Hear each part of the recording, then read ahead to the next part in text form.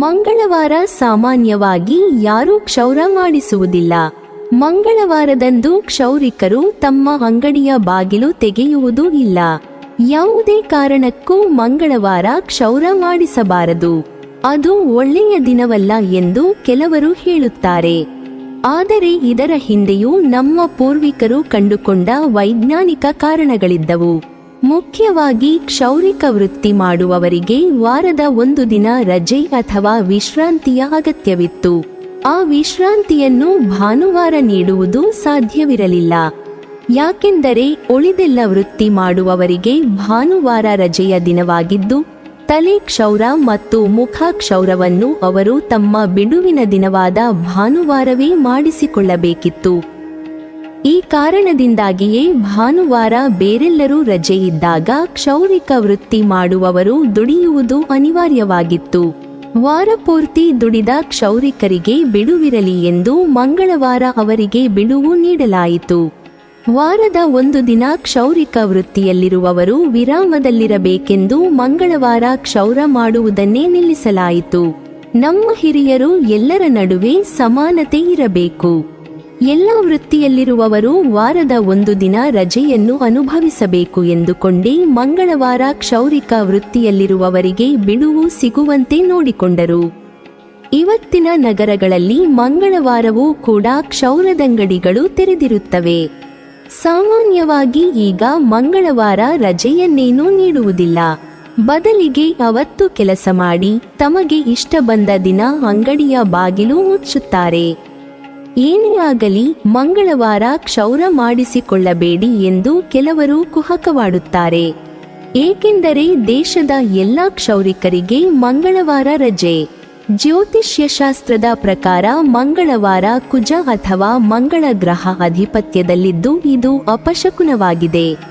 ಒಂದು ನಂಬಿಕೆಯ ಪ್ರಕಾರ ಮನುಷ್ಯರ ದೇಹದ ಶಕ್ತಿಯ ಒಂದು ಭಾಗ ಕೂದಲಿನಲ್ಲಿ ಕೇಂದ್ರೀಕೃತವಾಗಿದ್ದು, ಕೇಶವನ್ನು ಕತ್ತರಿಸಿಕೊಳ್ಳುವುದರಿಂದ ದೇಹದ ಶಕ್ತಿ ನಷ್ಟವಾಗಿ ಕುಜನ ಪ್ರಭಾವ ಬಹಳವೇ ಆಗುತ್ತದೆ.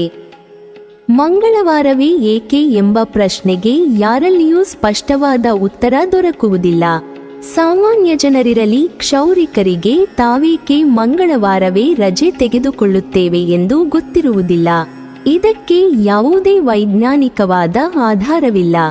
ಆದರೆ ನೂರಾರು ವರ್ಷಗಳಿಂದ ಈ ನಂಬಿಕೆ ಭಾರತೀಯರಲ್ಲಿ ಬೆಳೆದು ಬಂದಿರುವುದು ಮಾತ್ರ ಸತ್ಯ.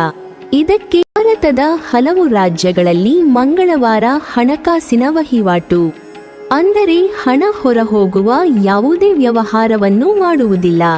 ಮಂಗಳವಾರ ಹಣದ ದೇವಿಯಾದ ಲಕ್ಷ್ಮಿ ಮನೆಯಿಂದ ಹೊರಹೋದರೆ ಮತ್ತೆ ಮನೆಗೆ ಬರುವುದಿಲ್ಲ ಎಂಬ ನಂಬಿಕೆಯ ಕಾರಣ ವ್ಯಾಪಾರ ಕಡಿಮೆ ಇರುತ್ತದೆ. ಕೇಶಮುಂಡನದಿಂದ ದುರ್ಗೆ ಅಪ್ರಸನ್ನಳಾಗುತ್ತಾಳೆ ಎಂದು ಕೆಲವರು ನಂಬುತ್ತಾರೆ. ಮನೆಯಲ್ಲಿ ಲಕ್ಷ್ಮಿ ನೆಲೆಸಿರಬೇಕಾದರೆ ಮಂಗಳವಾರವನ್ನು ಆದಾಯದ ದಿನವನ್ನಾಗಿಸಬೇಕೇ ಹೊರತು ಖರ್ಚಿನ ದಿನವನ್ನಾಗಿ ಅಲ್ಲ ಎಂದು ಭಕ್ತರು ನಂಬುತ್ತಾರೆ. ಈ ದಿನ ವ್ಯಾಪಾರ ಇರಲಿ, ದಾನವನ್ನು ನೀಡುವ ಮೂಲಕ ಆ ಧನದ ಮೂಲಕ ಬರಬಹುದಾಗಿದ್ದ ಅನುಗ್ರಹವನ್ನು ಬೇರೆಯವರಿಗೆ ದಾಟಿಸುತ್ತಿದ್ದೇವೆ ಎಂಬ ನಂಬಿಕೆ ಬೆಳೆದು ಬಂದಿದೆ. ಆದ್ದರಿಂದ ಈ ದಿನ ಏನನ್ನೂ ಖರ್ಚು ಮಾಡದಿರುವ ಜನರು ಕ್ಷೌರವನ್ನು ಮಾಡಿಸಿಕೊಳ್ಳುವುದಿಲ್ಲ. ಕ್ಷೌರದ ಮೂಲಕ ಮುಖದ ಸ್ವಚ್ಛತೆ ಬಿಡಿ, ಮನೆಯ ಸ್ವಚ್ಛತೆಯನ್ನು ಮಾಡಿದರೂ ಕಸವನ್ನು ಎಸೆಯುವುದಿಲ್ಲ. ಆ ದಿನ ಸಂಗ್ರಹವಾಗಿದ್ದ ಕಸವನ್ನು ಮೂಲೆಯಲ್ಲಿಯೇ ಇಟ್ಟು ಮರುದಿನ ಎಸೆಯುತ್ತಾರೆ. ಮಂಗಳವಾರದಂದು ಅನಿವಾರ್ಯವಲ್ಲದ ಖರ್ಚು ಮಾಡುವುದು, ಕಸ ಎಸೆಯುವುದು, ಕೂದಲು ಕತ್ತರಿಸುವುದು, ದಾನ ನೀಡುವುದು, ಮನೆಯ ವಸ್ತುಗಳನ್ನು ಹೊರಗೆ ನೀಡುವುದು ಮೊದಲಾದವು ಅಪಶಕುನ ಎಂದು ಭಾರತದ ಬಹಳಷ್ಟು ಕಡೆ ನಂಬಲಾಗಿದೆ. ಜ್ಯೋತಿಷ್ಯ ಶಾಸ್ತ್ರದಲ್ಲಿ ತಿಳಿಸಿರುವ ಪ್ರಕಾರ ಮಂಗಳವಾರದಂದು ಕೇಶಮುಂಡನ ಮಾಡಿಸಿಕೊಂಡವರ ಆಯಸ್ಸಿನಲ್ಲಿ 8 ತಿಂಗಳು ಕಡಿಮೆಯಾಗುತ್ತದೆ.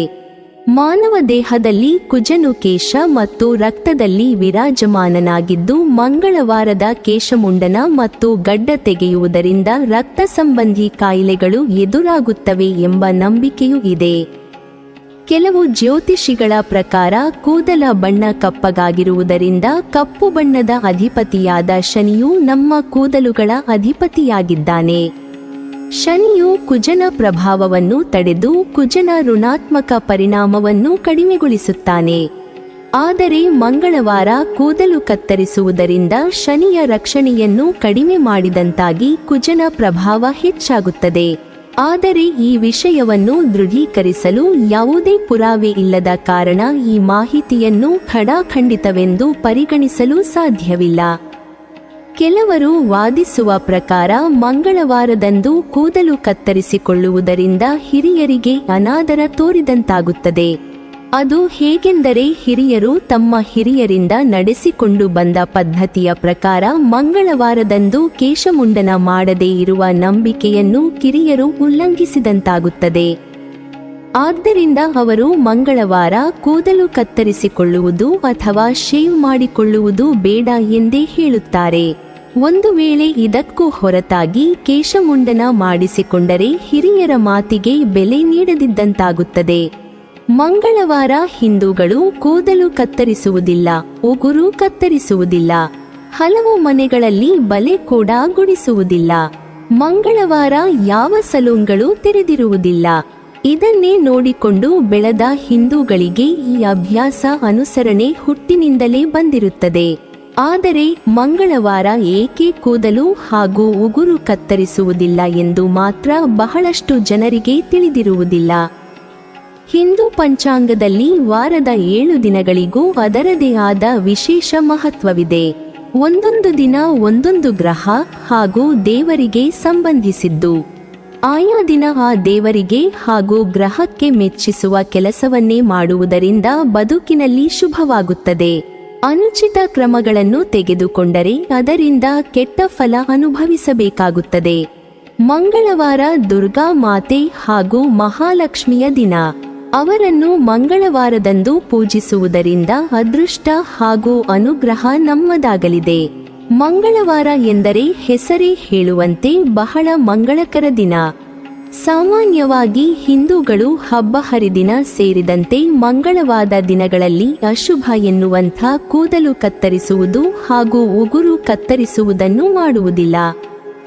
ಅಲ್ಲದೆ ಸೌಂದರ್ಯ ಸೂಚಕವಾಗಿರುವ ಕೂದಲನ್ನು ಕತ್ತರಿಸುವುದರಿಂದ ಮಂಗಳ ರೂಪಿಣಿಯಾದ ಮಹಾಲಕ್ಷ್ಮಿಗೆ ಅವಮಾನಿಸಿದಂತಾಗುತ್ತದೆ. ಹಾಗೊಂದು ವೇಳೆ ಮಾಡಿದರೆ ಅದು ಅಪಶಕುನಕ್ಕೆ ಕಾರಣವಾಗುತ್ತದೆ. ಮತ್ತೊಂದು ಕಾರಣವೆಂದರೆ ಮಂಗಳವಾರವು ಮಂಗಳ ಅಂದರೆ ಕುಜನಿಂದ ಆಳಲ್ಪಡುತ್ತದೆ. ಮಂಗಳ ಕೆಂಪು ಗ್ರಹ, ಬಹಳ ಬಿಸಿ ಇರುವವನು. ಮನುಷ್ಯನ ದೇಹ ಹಾಗೂ ರಕ್ತವನ್ನು ಪ್ರಭಾವಿಸುವ ಮಂಗಳ ದೇಹದಲ್ಲಾಗುವ ಗಾಯಗಳಿಗೆ ಕಾರಣ. ಅದು ಅಲ್ಲದೆ ಆತ ಸುಮ್ಮನೆ ಜಗಳ ತಂದಿಡುವುದು, ಸ್ಪರ್ಧೆ ಏರ್ಪಡಿಸುವುದು ಮಾಡುತ್ತಾನೆ. ಹೀಗಾಗಿ ಕೂದಲಿಗೆ ಕತ್ತರಿ ಹಾಕುವ ಸಾಹಸವನ್ನು ಯಾರೂ ತೆಗೆದುಕೊಳ್ಳಲು ಸಿದ್ಧರಿರುವುದಿಲ್ಲ. ಮತ್ತೊಂದು ನಂಬಿಕೆ ಎಂದರೆ ಮನುಷ್ಯರ ದೇಹದ ಶಕ್ತಿಯ ಒಂದು ಭಾಗವು ಕೂದಲಿನಲ್ಲಿರುತ್ತದೆ. ಮಂಗಳವಾರ ಕೇಶವನ್ನು ಕತ್ತರಿಸುವುದರಿಂದ ದೇಹದ ಶಕ್ತಿ ನಷ್ಟವಾಗಿ ಕುಜನ ಪ್ರಭಾವ ಬಹಳ ಹೆಚ್ಚುತ್ತದೆ. ಅಂಗಾರಕನ ಕೆಂಗಣ್ಣು ಬಿದ್ದರೆ ಬದುಕು ಹಳಿ ತಪ್ಪುವುದು ನಿಶ್ಚಿತ. ಮಂಗಳವಾರ ಕೂದಲು ಕತ್ತರಿಸಿದರೆ ಆಯಸ್ಸಿನಲ್ಲಿ 8 ತಿಂಗಳು ಕಡಿಮೆಯಾಗುತ್ತದೆ ಎಂಬ ನಂಬಿಕೆಯಿದೆ. ಅಂದ ಹಾಗೆ ಬುಧವಾರ ಬುಧ ಗ್ರಹದ ದಿನವಾಗಿದ್ದು ಇದು ಕ್ಷೌರಕ್ಕೆ ಶುಭ ದಿನ.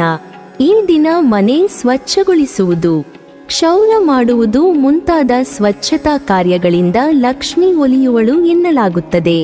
ಉಳಿದಂತೆ ಯಾವ ದಿನಗಳು ಕೂದಲು ಕತ್ತರಿಸುವುದಕ್ಕೆ ಅಷ್ಟೊಂದು ಶುಭವಲ್ಲ. ನಿಮ್ಮ ನಂಬಿಕೆಗಳೇನೇ ಇರಲಿ, ಮನೆ ಹಿರಿಯರ ನಂಬಿಕೆಯನ್ನು ಗೌರವಿಸುವ ಸಲುವಾಗಿಯಾದರೂ ಈ ನಿಯಮ ಪಾಲಿಸುವುದರಿಂದೇನೂ ನಷ್ಟವಿಲ್ಲ. ನೀವಿನ್ನೂ ನಮ್ಮ ಚಾನೆಲ್ ಅನ್ನು ಸಬ್ಸ್ಕ್ರೈಬ್ ಮಾಡಿಲ್ವಾ? ಹಾಗಾದರೆ ಈ ಕೂಡಲೇ ನಮ್ಮ ಇಂದ್ರಜಾಲ ಚಾನೆಲ್ ಅನ್ನು ಸಬ್ಸ್ಕ್ರೈಬ್ ಮಾಡಿ ಮತ್ತು ಪಕ್ಕದಲ್ಲಿರುವ ಬೆಲ್ ಐಕಾನ್ ಅನ್ನು ಕ್ಲಿಕ್ ಮಾಡಿದರೆ ನಮ್ಮ ಹೊಸ ವಿಡಿಯೋಗಳನ್ನು ನೀವು ನೋಡಬಹುದು.